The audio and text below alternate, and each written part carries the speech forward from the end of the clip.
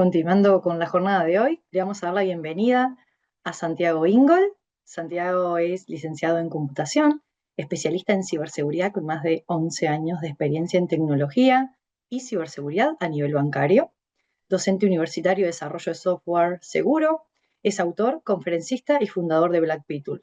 Santiago nos presentará Intrusos en el ciberespionaje, Aisun Leaks, hackers al servicio del gobierno chino. Santiago, Ahí me escuchan, ¿estás por ya ahí? prendo la cámara, estoy por acá, sí, Sí, estoy acá. perfecto. Ahí Bien, ya te bien, vemos y te escuchamos perfecto. Bueno, Santiago, la perfecto. audiencia es tuya. Ahí se ve la presentación. Todavía no. Ah, me faltó un clic. Pasa. Ahí sí. Ahora sí, perfecto. Adelante. Bien, de bien. Bueno, buenos días, buenas tardes, buenas noches. No sé de dónde capaz nos puede estar viendo gente de cualquier parte del mundo. Primero que nada, bueno, agradecer a la organización de ISACA por seleccionar mi charla para estar acá hablando con ustedes. Y bueno, vamos a meternos hoy en el mundo del ciberespionaje, donde los ataques ya no son necesariamente masivos y despersonalizados como podemos ver en otro tipo de ataques, sino que en algunos casos son prácticamente quirúrgicos y dirigidos a organizaciones muy concretas, ¿sí? No hablamos de hackers aislados en un sótano, sino de organizaciones con muchos recursos, incluso en algunos casos hemos visto con departamentos de recursos humanos y todo un organigrama para dedicarse a este tipo de actividades. ¿Sí? Entonces vamos a ver algunos casos. Primero tenemos en noviembre de 2019 dos universidades de Hong Kong que fueron comprometidas por un grupo que se llama Winty Group, utilizando justamente el malware Winty que ellos mismos desarrollaron y un backdoor que se llama ShadowPad. Estos ataques utilizaban dominios de Command and Control que eran específicos para las universidades, o sea, tenían alguna palabra en el dominio que hacía referencia a las universidades, por lo que se llegó a la conclusión de que eran ataques dirigidos a las universidades y no una campaña masiva como nos puede pasar a nuestras organizaciones todos los días. Después, el 29 de junio de 2021, se pusieron a la venta en Internet los registros de llamadas de los clientes de la empresa Nepal Telecom, lógicamente de Nepal, y al parecer el ataque había sido realizado por un grupo llamado APT41 que se inició comprometiendo un servidor Glassfish que estaba vulnerable y expuesto a Internet. Y lo que viene ahora es una de las filtraciones más reveladoras de la historia reciente del ciberespionaje. Fue en febrero de 2024, hace no mucho, donde se filtró información interna de una empresa de ciberseguridad china que se llama Isun. La información incluye, entre otras cosas, conversaciones internas, materiales de marketing, listados de servicios y también nos muestra que los casos anteriores que vimos recién habrían sido víctimas de esta organización. Porque sí, Isun se presentaba como una empresa de servicios de ciberseguridad, pero presuntamente también brindaba servicios de ciberespionaje para el gobierno chino. Esto es Intrusos en el ciberespionaje. Y ahí empieza, ¿no? Pam, pam, pam, pam, pa, pa, pa, pa, pa, pa, pa, pa, pa.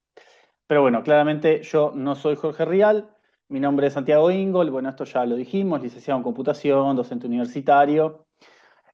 Lo único que sí les agrego es que van a ver ahí en la listita abajo del todo, dice experto ciber, es el nombre de mi cuenta en las redes, donde trato de hacer un poco de divulgación de ciberseguridad, ¿sí? Tanto de noticias como para gente que quiere meterse en este hermoso mundo. Así que bueno, si les interesa estar al tanto de las noticias de ciberseguridad, todas las semanas hago un resumen en YouTube, lo pueden ir a ver.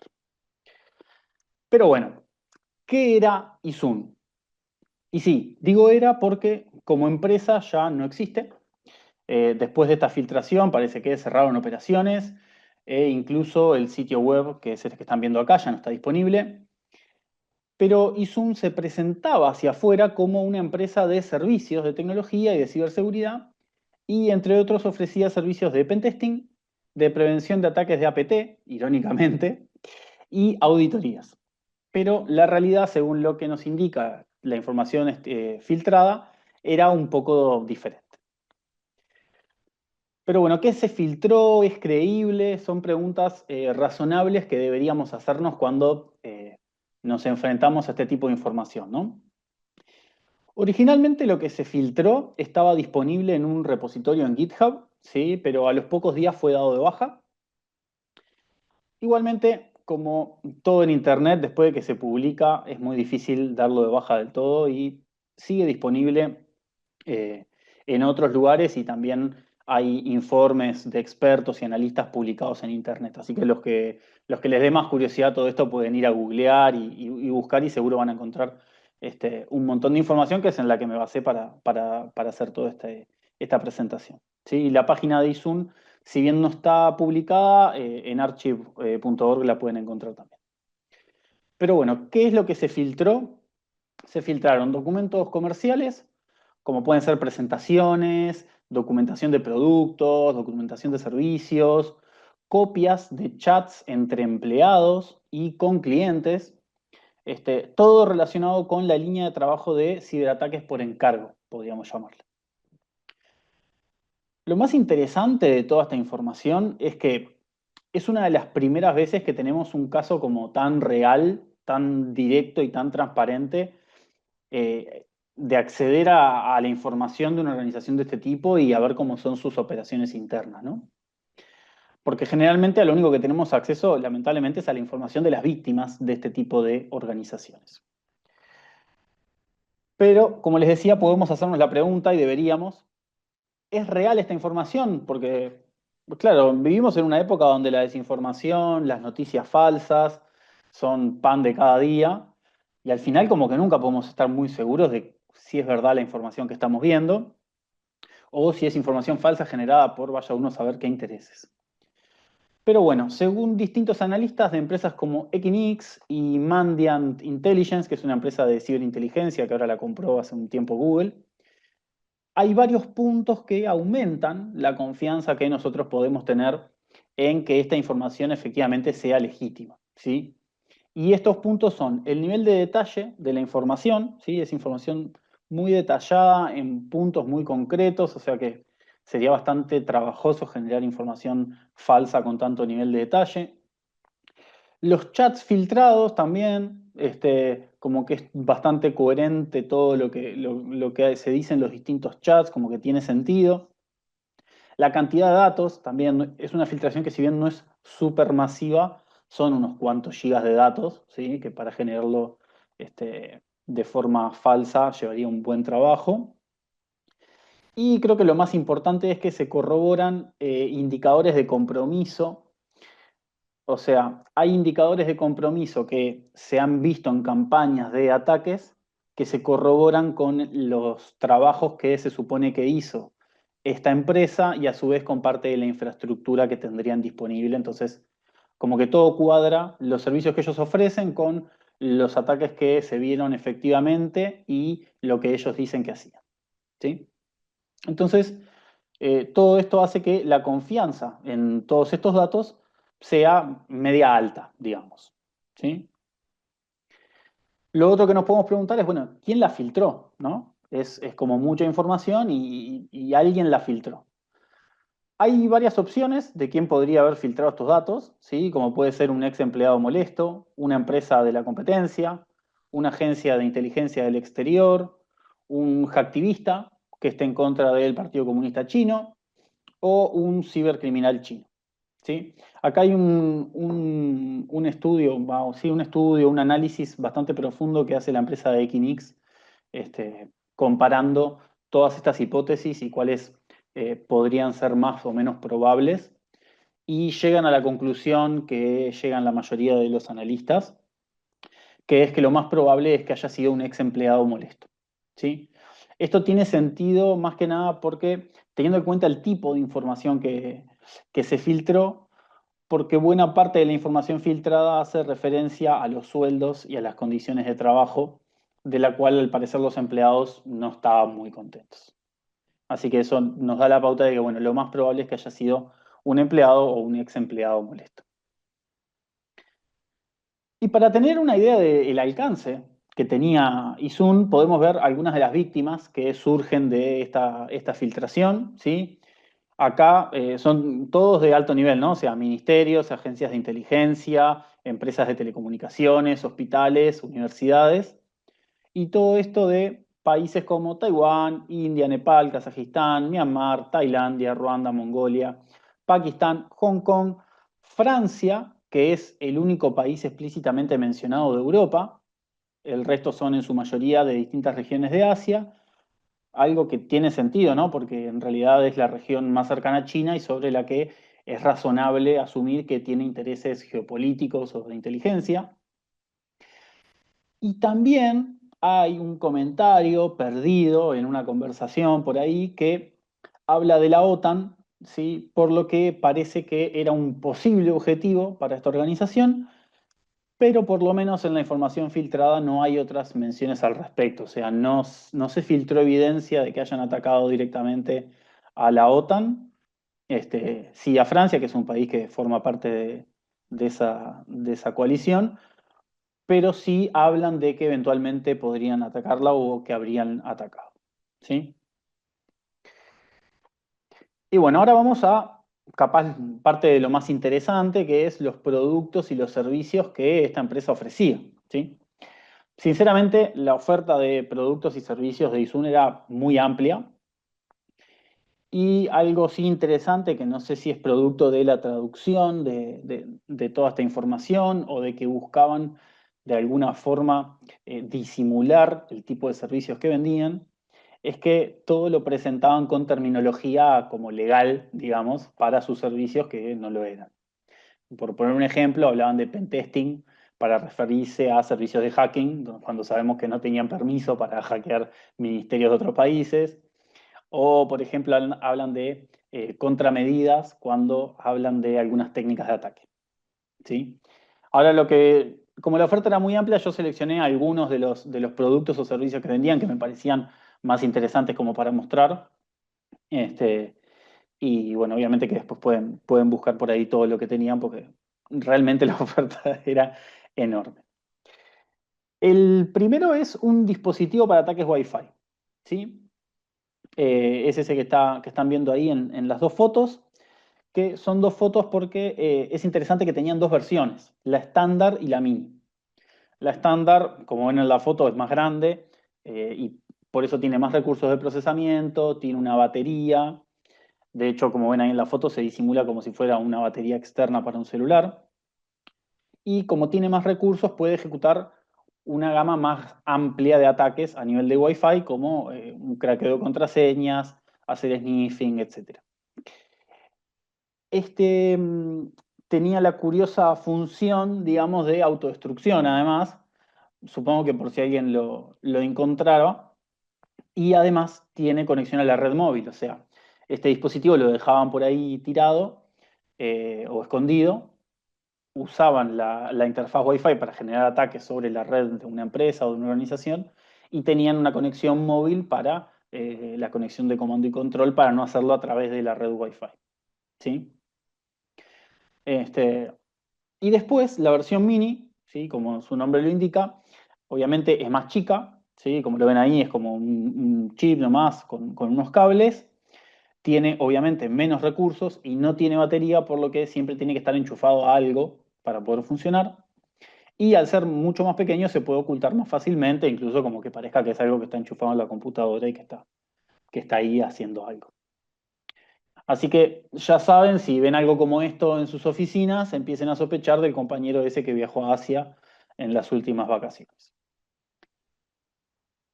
Después tenemos la plataforma automática de pentesting, como le llaman ellos, y cuando decimos pentesting ya sabemos que no estamos hablando de que los objetivos hubieran dado su permiso para ser pentesteados. Esta plataforma, al menos como la presentan ellos, soporta Windows, Linux, servicios y aplicaciones web e incluso equipamiento de red, o sea, sirve también para atacar equipamiento directamente. También tiene escenarios de ataque como especializados, le llaman ellos, tipo APT, para lo que trae toda la infraestructura para realizar ataques de phishing, desde la creación de correos, tiene templates, links, generador de documentos, o sea, es como toda una plataforma para hacer pentesting, solo que la usaban para hacer pentesting de forma ilegal.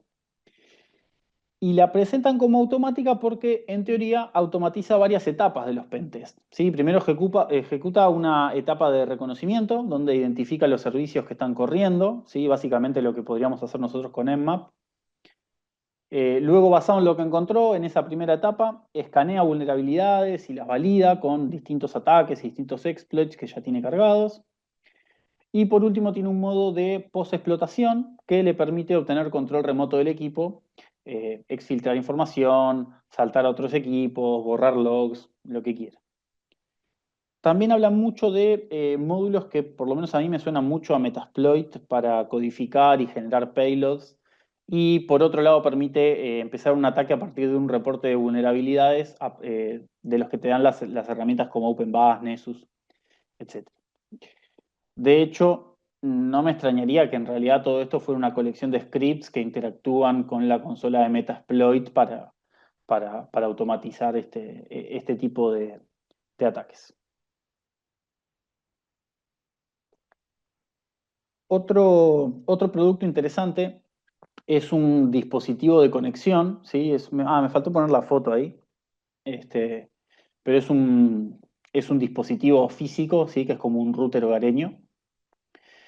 Que este dispositivo lo que hace es que se conecta a una red propia estilo Tor, ¿sí? Para los que capaz que no les suene mucho, no estén muy seguros, Tor es la tecnología que está dentro de lo que se conoce como la Dark Web, ¿sí? Que es una red que lo que genera es conexiones anónimas, ¿sí? Para los que hayan visto alguna vez el diagrama ese que ven ahí perfectamente podría ser un diagrama explicando el funcionamiento básico de Tor y cómo de un equipo se salta a otro para generar esa capa de anonimato en las conexiones. Por eso digo que es como muy parecido, pero lo hacen ellos con nodos propios, ¿sí?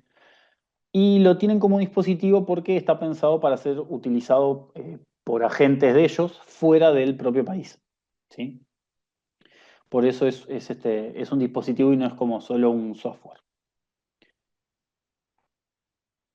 Después tenemos otro que ellos le llaman de control de opinión pública y Twitter, ¿sí? Que suena como a monitoreo, y ahora vamos a ver que es un poco más que eso. Esto me llamó particularmente la atención por dos razones. Primero, por los objetivos, es decir, porque está pensado para controlar la opinión pública en Twitter, algo que lamentablemente es esperable hoy en día para prácticamente cualquier gobierno. Y por otro lado también porque no solo está pensado para monitorear y generar opinión, ¿sí? Que eso podrían hacerse con cuentas falsas, por ejemplo, sino que permite atacar a los usuarios directamente, ¿sí? O sea, esta herramienta lo que permite es como monitorear Twitter por lo que ellos llaman discursos problemáticos, ¿sí? Y obtener evidencias de esa actividad de discursos problemáticos. A partir de ahí, permite lanzar ataques dirigidos a cualquier cuenta, ¿sí? Seguramente van a ser a las cuentas estas que tengan discursos supuestamente problemáticos. Y luego de comprometer las cuentas, la herramienta misma permite desde ahí publicar tweets, ver los mensajes privados, comentar, básicamente hacer todo lo que puede hacer el usuario desde esta herramienta.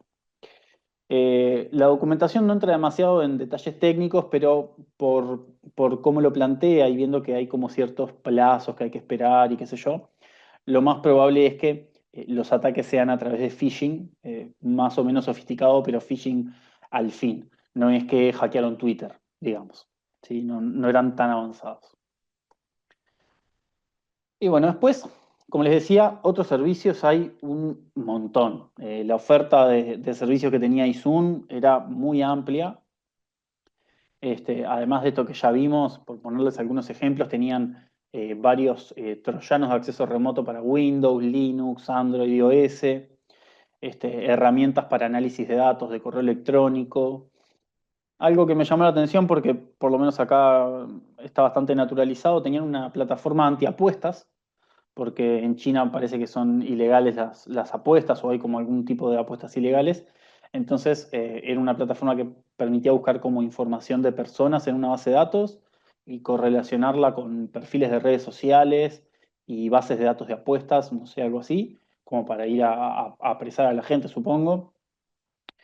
Tenían una plataforma web con herramientas de hacking, una plataforma de CTF para capacitar, supongo que a sus empleados o a otra gente también. Toda una herramienta para gestionar la infraestructura que ellos usaban en los ataques. O sea, era una empresa bastante grande, digamos. Por lo menos para lo que son las empresas acá en Uruguay, podríamos decir que era una empresa mediana o grande.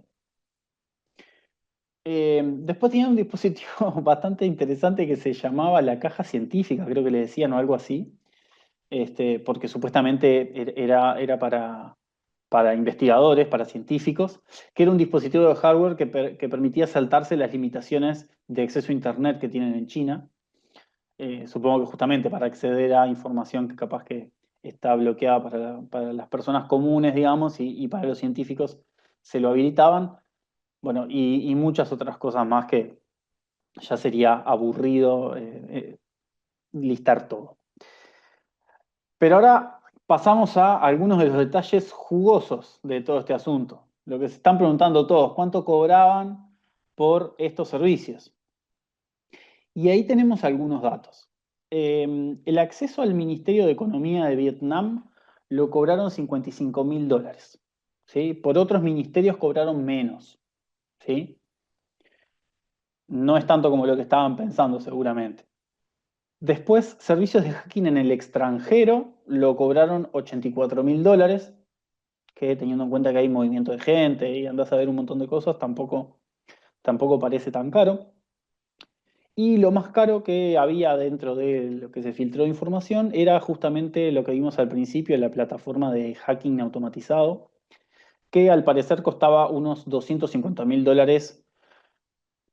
Supongo yo que era por año, porque en realidad era como un servicio. Y por lo que estuve comparando con otras soluciones legales, digamos, es un precio estándar e incluso barato para este tipo de herramientas, ¿sí?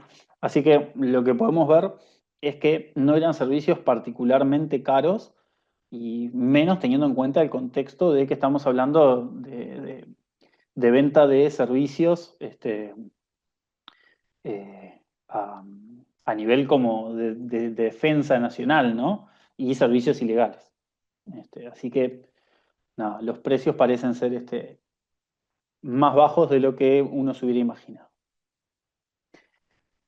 Después tenemos el tema de los empleados, que al parecer estaban bastante insatisfechos y mal pagados. Hay una conversación donde al parecer un empleado le reclama, supongo que a su jefe, le reclama por su sueldo, básicamente le dice que no le pagan lo que corresponde para su cargo, y la respuesta del jefe es que bueno, que tenga paciencia, que con el tiempo le van a subir el sueldo. Tan real que duele. O sea, pasa literalmente acá y en la China. En otros chats se ve que los empleados se quejan de que los comerciales como que venden más de lo que realmente hay, ¿no? Como que los comerciales ofrecen cosas que después las aplicaciones no son tan así que lo pueden hacer. De nuevo, tan real que duele. Y también se quejan entre ellos, o sea, entre los propios empleados, de los sueldos bajos y hablan de que esperan conseguir trabajo en otras empresas. Bueno, pero ¿cuánto ganaban, no? Que es lo que todos queremos saber. Seguramente por distintos niveles de experiencia, porque obviamente no todos los empleados en una empresa ganan lo mismo y acá no va a ser diferente la cosa. El rango más o menos está entre los 800 y los $1.600 al mes, lo que, según personas que tienen conocimiento de este mercado, es bajo incluso para lo que son los sueldos de este tipo de trabajos en China. ¿Sí? Así que bueno, al final del día, no importa si trabajás para una empresa multinacional o para una operación clandestina de ciberespionaje, las quejas de los empleados son básicamente las mismas. Hasta ahí va lo que es como los datos que se filtraron. Vamos a pasar ahora a ver algunas conclusiones que me parece importante tener en cuenta porque obvio que es divertido, por lo menos para nosotros que lo vemos totalmente de afuera, es interesante, ver lo que pasa con este tipo de organizaciones. Pero bueno, al final tenemos que ver de esto qué nos llevamos para mejorar la seguridad de nuestras organizaciones. La primera conclusión, que para mí es clave, es que las recomendaciones básicas siguen siendo importantes. Cosas como mantener el software actualizado o capacitar a la gente sigue siendo clave, incluso para este tipo de amenazas. En la información filtrada no se hace referencia, por ejemplo, al uso de vulnerabilidades zero day, y en muchos casos vemos que se depende de ataques de phishing o de vulnerabilidades conocidas para lograr esos accesos iniciales. Por lo que este tipo de recomendaciones de mantener el software actualizado y capacitar a la gente toman incluso más fuerza. No es que, como es un grupo asociado a un gobierno y no sé qué, son súper avanzados. Bueno, algunos sí, pero no necesariamente. Después, por otro lado, lo que vemos es que los servicios de este tipo, ya vimos, son relativamente baratos. Al menos son mucho más baratos de lo que yo hubiera pensado en un principio y para ese contexto. Pensando, no sé, en lo que gasta cualquier gobierno del mundo en armamento, por ejemplo, estos servicios son la nada misma, o sea, son vuelto moneditas. Y eso lo que hace es que este tipo de servicios también puedan estar disponibles para empresas que quieran hacer espionaje industrial o atacar a la competencia, por lo que lo tenemos que tener en cuenta. Y todo esto hace que organizaciones que capaz que pensábamos que no eran objetivos de este tipo de grupos, puedan serlo porque la vara para contratar un servicio de este tipo es mucho más baja. Y por último, me parece importante destacar que este es un caso particular del que tenemos acceso a mucha más información por la filtración que se dio, ¿sí? Pero esto no es exclusivo ni de Izun, ni de China, ni de nadie. Así como está Izun, y hay otras empresas en China, ¿sí? De hecho, cuando estuve investigando vi que, por ejemplo, en una base de datos pública, que ustedes la pueden consultar, había una persona que figuraba como inversor de Izun, y cuando voy a mirar en qué otras cosas había invertido, había otra empresa que se supone que era de ciberseguridad que también había recibido financiamiento por parte de esta persona. No lo sé, no me consta, no lo investigué, pero es probable que esa otra empresa capaz que también anda en lo mismo. Pero es razonable asumir que en la mayoría de los países que tengan cierto tamaño, cierto peso geopolítico, existen tanto empresas similares que brindan el mismo tipo de servicios, como la intención en sí de los países de meterse en las comunicaciones y en las plataformas de las empresas que son originarias de esos países, ¿sí? O sea, ya lo vimos, yo que sé, hace años con las filtraciones de Snowden, ¿sí? Y de todas eh, las formas en que las empresas colaboraban con el gobierno de Estados Unidos, y también tenemos cada, no sé, es como que se ponen de acuerdo cada 3 o 4 meses, a algún gobierno se le ocurre que quiere tener un backdoor en la criptografía que usamos todos los días. De hecho, la semana pasada salió la noticia de que Signal amenazó con irse de Australia si los obligaban a abrir el cifrado o a dar acceso a las comunicaciones de los usuarios. O sea, esto es cosa de todos los días que los distintos gobiernos, de una forma u otra, quieran conseguir información. Y esto llega al punto de que varios gobiernos, como el de Francia o Brasil, entre otros, consideran desarrollar sus propios sistemas de mensajería, por ejemplo, para las comunicaciones gubernamentales. Perdón, pensé que tenía un puntito más ahí. Y bueno, en realidad, como para cerrar ya, Eh, todos sabemos bueno, la seguridad perfecta no existe, ¿sí?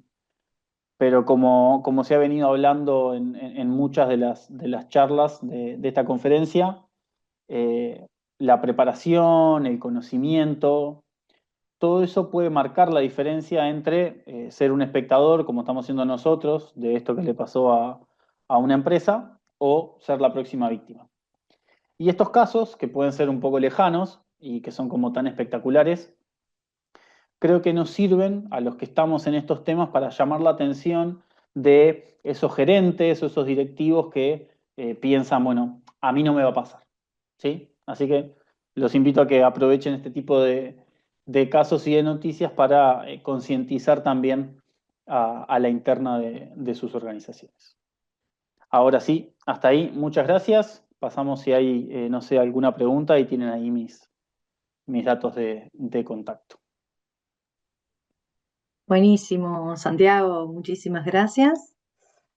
Bueno, tenemos una pregunta por acá de Cristina. Dice si sabés si llegaron a atrapar a todos los responsables de Eason. No, no, ni idea. Y en realidad lo más probable es que ni siquiera los hayan perseguido demasiado, porque, o sea, estamos hablando de que trabajaban en conjunto con el gobierno. O sea que yo si fuera el gobierno no los perseguiría. Al único que pueden haber tratado de perseguir es al que filtró la data, pero después no creo que hayan buscado mucho a nadie. Bien, perfecto. Bueno, vamos a esperar un par de segunditos a ver si aparece alguna pregunta más. Muy clara la exposición, Santiago. Muchas gracias. No, muchas gracias a ustedes por la invitación. Bueno, por el momento no hay más preguntas. Bien, de bien. Cualquier cosa, Agradecerte. les queda por ahí mi contacto, me escriben y seguramente nos vemos mañana también los que vayan Perfecto. presencial. Bien, acá hay felicitaciones. Llegan al chat. Buenísimo, muchas gracias. Gracias a ti, Santiago.